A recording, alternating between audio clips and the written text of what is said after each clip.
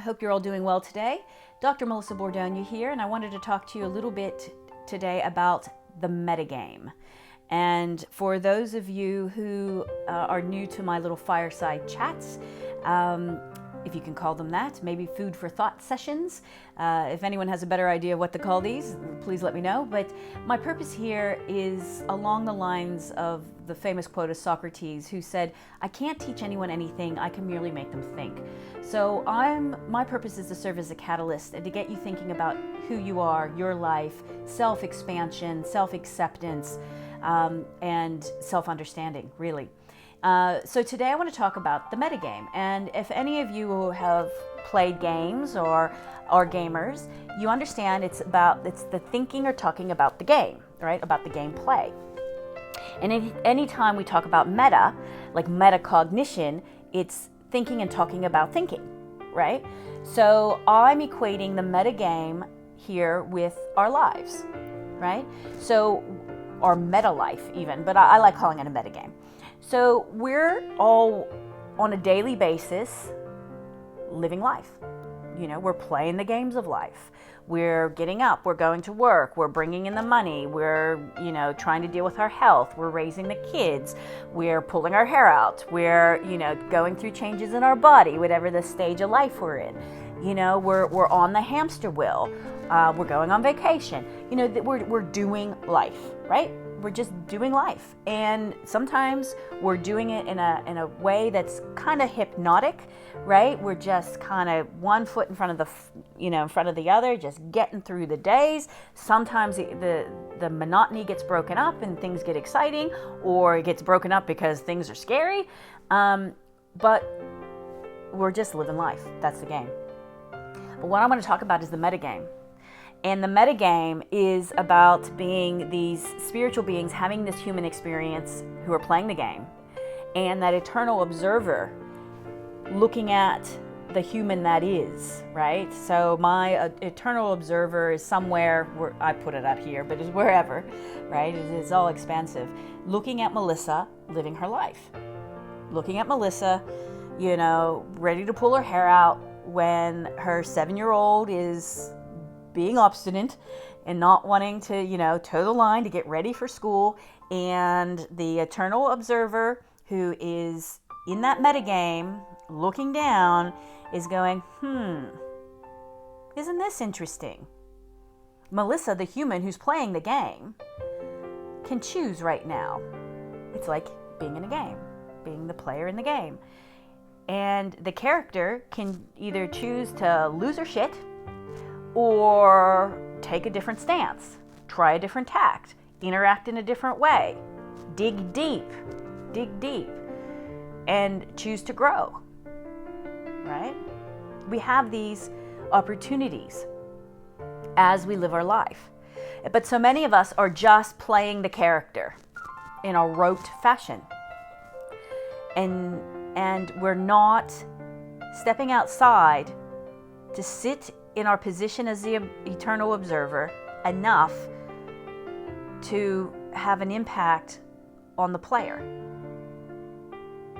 Or if we do sit outside, sometimes we go, okay, I see what's happening here. It's happened last week. It happened the week before in a similar circumstance. And this is what Melissa's going to do. This is how she's going to react. She knows this isn't the right thing to do, but she can't help herself, right? So we have these different levels of competencies, and we need to, if we're going to play the metagame, right, we need to kind of be in both places, but we need to get to this level of conscious competence. So if we look at the 4 levels of competence, there is unconscious incompetence. We don't know what we don't know, right? When we're a little child, we don't know what we don't know. Then there's this level of conscious incompetence, right? So if we even go with the analogy of driving, when I used to teach this at university, I would say, okay, well, when you're a little kid, you don't know what you don't know about driving. Fair enough. You get a bit older, you become consciously incompetent when you start to drive, right?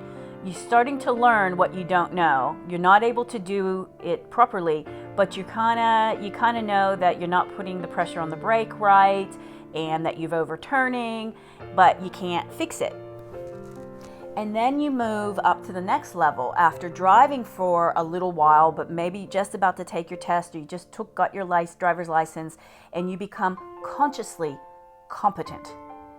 And consciously competent then means that you're able to do the actions in a competent fashion, but you have to think about it. In order to make, to put the right pressure on the brake or not to overturn the wheel, you need to think about it, right? You're consciously competent. And the last level is unconsciously competent. It's for those of us who've been driving for years and years, and we got from point A to point B, we've made all the turns, we stepped on the brake, and we don't remember any part of that trip. Okay? We're unconsciously competent. Now, when we're playing the game in the metagame, most of us are living our lives either at the unconsciously incompetent place or the consciously incompetent place, occasionally dipping into consciously competent, especially in our relationships, where we know we need to do better, we need to act differently to get a different outcome than we always have, otherwise patterns perpetuate. And very few of us are able to, in a sustained fashion, be unconsciously competent. That's much more of, I would imagine, I would gear that to Maslow's self-actualization, where aspects of that is the self-actualized person wouldn't even realize that Wayne Dyer gave the example of that they're not dressed for the dinner party. They won't even notice that they're not dressed for the dinner party, right? So the point here is, I want you to start, or my suggestion is, right, for you to start paying attention in the next week in your life to where you're playing the game and how you're playing the game. Because by doing so, you start to recognize and raise your competency level, even if it's to consciously incompetent, right? Or maybe it's consciously competent. Maybe before you start to realize that you have a trigger, right? You have a stress trigger in certain situations, and you start to realize, okay, I'm feeling in a particular way that I could let my trigger be stepped upon. And if my trigger stepped upon, then I have this. So that's one level of awareness, which is really good. The next level would be, okay, my trigger was stepped upon and I'm about to lose it, right? But I can choose not to lose it. I can choose to reframe what I'm experiencing. I can choose to act with kindness in the face of this. I can choose, and play it as a game. Play it as a game. See what happens. And that's kind of why I call it the metagame, the game in the metagame. Have a little fun with it. If, for example, you and one of your children, I'll just take that because I'm a mother of 7, so I have a lot of these. But let's say you and your particular child start perpetuating a pattern, right? That's not particularly wholesome or doesn't feel good, and you know that every time they act this way, you act this way, and then it starts spiraling, right? And no one wins. No one wins. Have a play. Well, first level is you recognize that there's a pattern at play. 2, you recognize or conscious that you don't want to perpetuate that pattern. So now you're consciously incompetent. Let's move to the next level. The pattern starts, or the trigger starts. And instead of behaving or reacting the way you've always reacted, do something radically different. Say something radically different. Listen with radical care. Try something different to break the pattern and see what happens. It may or may not work. Okay, I'm just going to say that some of this is trial and error, because we're, as soon as we go from self to other and then the us, it's, you know, there's levels of complexity, okay?